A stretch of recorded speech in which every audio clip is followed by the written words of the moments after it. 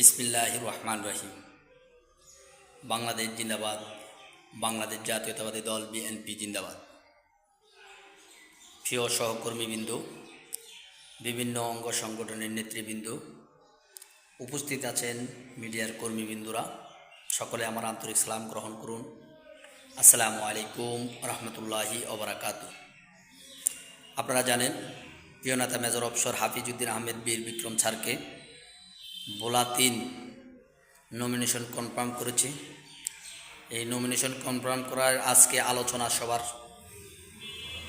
সম্মানিত সভাপতি, সকল ওয়ার্ড থেকে আগত নেতৃবৃন্দ এবং মহিলা দলের সকল নেতৃবৃন্দকে আমার পক্ষ থেকে আন্তরিক মোবারকবাদ জানাচ্ছি এবং স্বাগত জানাচ্ছি। আপনারা জানেন, ১/১১ থেকে শুরু করে প্রিয় নেতা মেজর অফিসার হাফিজউদ্দিন আহমেদ বীর বিক্রম স্যারের আমি সংক্ষেপে অল্প কিছু কথা বলবো। যে কথাটা হলো, প্রিয় নেতা মেজর অফিসার হাফিজউদ্দিন আহমেদ বীর বিক্রমের জীবনী সম্পর্কে আপনাদের কারো হয়তো জানা আছে, কারো হয়তো জানা নাই। জানা থাকলে ভালো, না থাকলে জেনে নিন। প্রিয় নেতা মেজর অফিসার হাফিজউদ্দিন আহমেদ বীর বিক্রম ছাত্র জীবনে তিনি একজন জাতীয় দলের খেলোয়াড় ছিলেন, ফুটবল খেলোয়াড় ছিলেন এবং তিনি কর্মজীবনে সেনাবাহিনী, বাংলাদেশ সেনাবাহিনীর মেজর হিসাবে সেনাবাহিনী পরিচালনা করেছিলেন এবং রাজনৈতিক জীবনে তিনি সর্বপ্রথম পান পাতা মার্কায় নিয়ে স্বতন্ত্র থেকে নির্বাচিত হয়েছেন তার যোগ্যতা বলে। আপনারা আরও জানেন, তিনি ৬ বারের সংসদ সদস্য।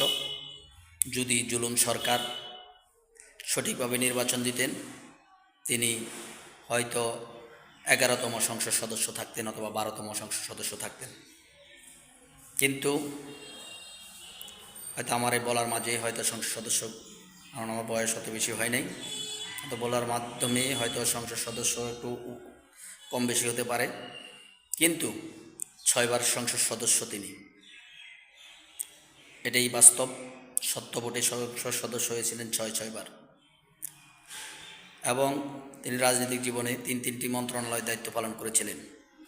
১/১১ থেকে শুরু করে ২০২৫ পর্যন্ত বিগত সরকারের আমলে যত রাজনীতিবিদ ছিলেন সকলের বিরুদ্ধে দুর্নীতি দমন কমিশন মামলা করেছে।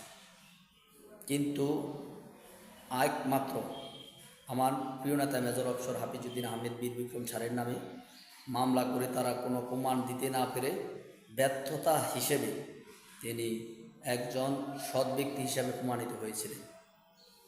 তার জীবনে কোনো কলঙ্কের কালি আজও পর্যন্ত কেউ দিতে পারে নাই। প্রিয় নেতা মেজর অফিসার হাফিজউদ্দিন আহমেদ বীর বিক্রম স্যার ৩টি মন্ত্রণালয়ের দায়িত্ব পালন করেছে। তার কোষাগার থেকে কোনো একটু পরিমাণ দুর্নীতি বের করতে পারে নাই। আপনারা আরও জানেন, তিনি বাংলাদেশ জাতীয়তাবাদী দল বিএনপির স্থায়ী কমিটির অন্যতম সদস্য। আপনারা জানেন, সারা বাংলাদেশ থেকে হয়তো সংখ্যা হয়তো 10 জন বা 11 জন হতে পারে স্থায়ী কমিটির সদস্য। তার মধ্যে প্রিয় নেতা মেজর অফিসার হাফিজউদ্দিন আহমেদ বীর বিক্রম আমাদের ভোলা জেলার গর্ব। তিনি স্থায়ী কমিটির অন্যতম সদস্য। আজকে তার গুণকীর্তন করার জন্য এখানে হয়তো দাঁড়ায় নেই। আপনারা জানেন, আপনারা বিভিন্ন ওয়ার্ড থেকে এসেছেন। আজকে শুধু একটি কথাই বলবো, আপনারা যে যার জায়গা থেকে ধানের শীষ মার্কায় ভোট চাবেন, ধানের শীষ প্রতীকে ভোট চাবেন, একজন ভালো ব্যক্তিকে ভোট দেওয়ার জন্য সকলকে আহ্বান জানাবেন।